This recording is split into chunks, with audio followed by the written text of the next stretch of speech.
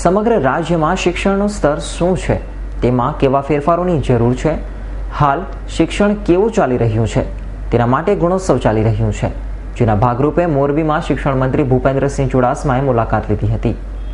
સમગ્ર રાજ્યમાં શિક્ષણનું સ્તર શું છે, તેમાં કેવા ફેરફારોની જરૂર છે, હાલે શિક્ષણ કેવું ચાલી રહ્યું છે, તેના માટે ગુણોત્સવ હાલ ચાલી રહ્યો છે, જેના ભાગરૂપે આજે મોરબીમાં શિક્ષણ મંત્રી ભૂપેન્દ્રસિંહ ચુડાસમાએ મુલાકાત લીધી હતી.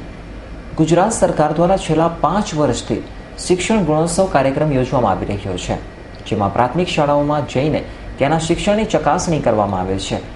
વિદ્યાર્થીઓને કેટલી સવલતો મળે છે, તેમને શાળામાં કેવો અભ્યાસ કરવામાં આવે છે, તેની પરીક્ષા પણ લેવામાં આવે છે, જેના પગલે આજે મોરબી તાલુકાના નવા જાંબુડિયા ગામે શિક્ષણ મંત્રી ભૂપેન્દ્રસિંહ ચુડાસમાએ મુલાકાત લીધી હતી.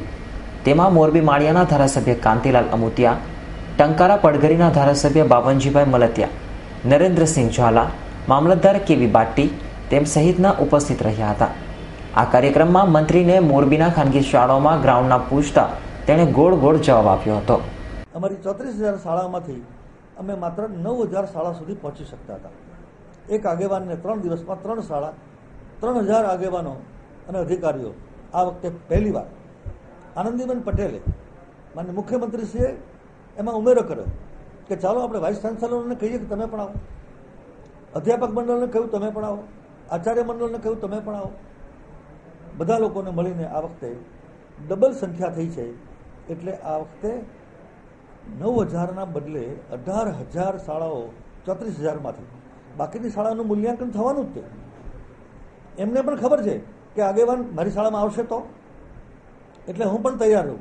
જેવી આજે આ નાના જાંબુડિયા શાળા તૈયાર છે, એ જ રીતે આખા વિસ્તારની તમામ શાળાઓ એ જ રીતે તૈયાર હશે કે ગમે તે શાળામાં કોઈ અધિકારી કે કોઈ આગેવાન કે કોઈ મંત્રી કોઈ આવશે. આખા ગુણોત્સવ કાર્યક્રમની અંદર ક્વોલિટી એજ્યુકેશન ઉપર અમે ધ્યાન આપીએ છીએ. શિક્ષણની સાથે સંસ્કાર પણ વિદ્યાર્થીઓને મળે, એ બહુ હેતુક મહત્વાકાંક્ષી આ કાર્યક્રમ છે. આપે કીધું કે શાળામાં જે શૌચાલય હોય, ગ્રાઉન્ડ હોય, મોરબીની કેટલીક વિશાળ છે કે રમવા માટે ગ્રાઉન્ડ પણ નથી, તો એ વિદ્યાર્થી ખાનગી શાળા છે ગ્રાઉન્ડ નથી. હું મારી શાળાની વાત કરું છું.